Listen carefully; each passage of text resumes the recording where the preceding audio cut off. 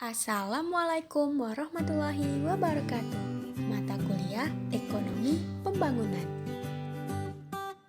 Dosen pengampu Ibu Erda Litriani SLMEC Dev dari Ekonomi Syariah 4. Hai semuanya, perkenalkan kami dari kelompok 4 yang beranggotakan Siti Nur Aziza NIM 1930-62164, Septiana Maharani NIM 1930-62167, dan Anissa Pratiwi NIM 1930-62169 yang akan membahas studi kasus 1 pada bab 4 dengan judul Ruang Inovasi HDI yang diberikan UNDP. Human Development Index atau HDI pertama kali dikenalkan oleh United Nations Development Program atau UNDP pada tahun 1990. HDI merupakan ukuran pembangunan yang paling banyak dipakai secara global saat ini. Ukuran pembangunan yang diukur dari 3 aspek, yaitu pendapatan, kesehatan, dan pendidikan yang direpresentasikan dari data angka harapan hidup, melek huruf, pendidikan, dan standar hidup.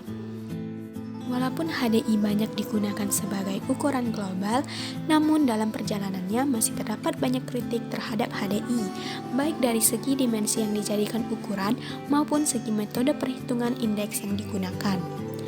Banyak yang berpendapat bahwa masih banyak dimensi ataupun indikator yang belum tercakup dalam HDI. Begitupun dengan metode perhitungan. Ada beberapa perubahan metode perhitungan yang diganti, seperti untuk perhitungan composite index yang semulanya menggunakan pendekatan aritmetik dirubah menjadi pendekatan geometrik. Tujuan utama HDI adalah sebagai bahan komparasi secara global yang dapat digunakan oleh pemerintah nasional ataupun komunitas nasional sebagai bahan utama pengambilan kebijakan. Dengan tujuan perbandingan ini, tentu di indikator dan di dimensi yang digunakan haruslah sama. Namun UNDP menyadari bahwa kritik terhadap HDI perlu diakomodir, sehingga secara indeks UNDP memberikan ruang inovasi untuk HDI seperti dengan menambahkan indikator baru pada dimensi, menambahkan dimensi dan perubahan pembobotan. Hal tersebut sudah dilakukan pada beberapa kasus seperti adaptasi HDI yang dilakukan di Argentina dengan cara menambahkan beberapa indikator pada masing-masing dimensi HDI. Sementara itu, modifikasi HDI yang dilakukan di Kolombia adalah dengan menambahkan dimensi baru berupa homicide index.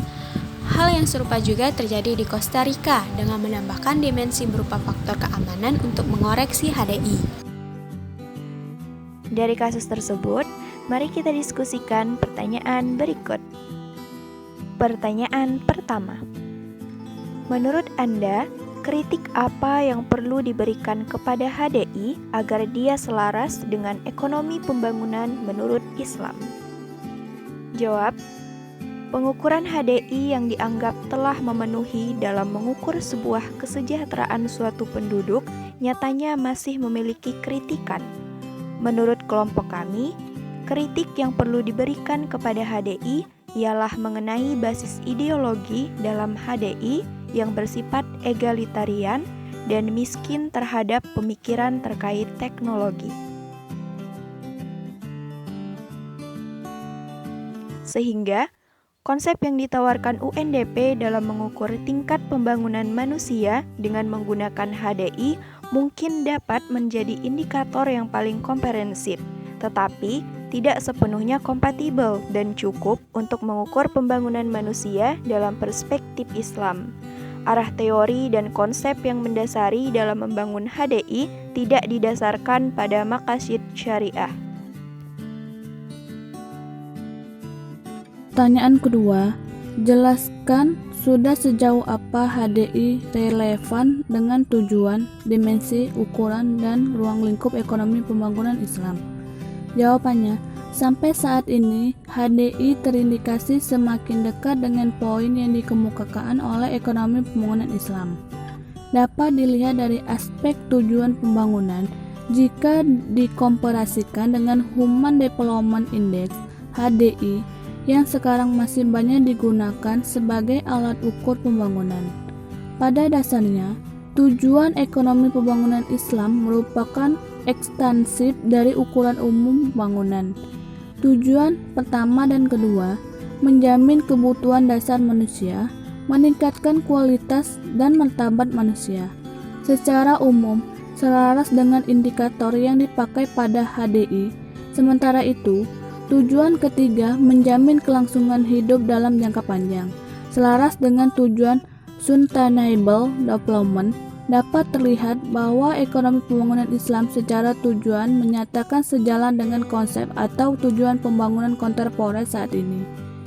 Bahkan lebih komprehensif dengan adanya tujuan keempat yang belum menjadi fokus dan konsiderasi utama HDI maupun SDGs. Begitupun dengan aspek ruang lingkup ekonomi pembangunan Islam yang lebih luas mencangkupnya. Dari ruang lingkup ilmu pengetahuan yang mendasari, ekonomi pembangunan Islam sudah dari awal menyatakan bahwa ekonomi pembangunan harus bersifat multidisiplin. Sementara isu pembangunan kontemporer baru belakangan ini mengoderasi disiplin lain seperti aspek geografi, psikologi, kebudayaan, dan menganalisis pembangunan. Jadi, dari beberapa argumentasi tersebut menjelaskan bahwa paradigma pembangunan semakin bergeser ke arah paradigma maka ekonomi pembangunan Islam. Pertanyaan ketiga, jelaskan adaptasi seperti apa yang bisa dilakukan agar HDI dapat mendekati ukuran yang sesuai dengan Maqasid Syariah. Maqasid Syariah merupakan ukuran pembangunan yang paling banyak dikaji dan dipercayai sebagai ukuran yang paling komprehensif dibandingkan ukuran pembangunan lain, karena Maqasid Syariah bersifat rahmatan lil alamin. Maka dari itu, yang perlu dilakukan HDI ialah beradaptasi dengan Maqasid Syariah atau tujuan-tujuan syariah itu sendiri, yakni untuk mewujudkan kemaslahatan manusia di dunia dan di akhirat. Kemaslahatan manusia itu diwujudkan dengan memelihara 5 kebutuhan pokok, yaitu agama, jiwa, akal, keturunan, dan harta. Demikianlah pemaparan dari kelompok kami. Jika ada kata salah kami mohon maaf. Kepada Allah kami mohon ampun. Kami akhiri. Wassalamualaikum warahmatullahi wabarakatuh. Thanks for watching.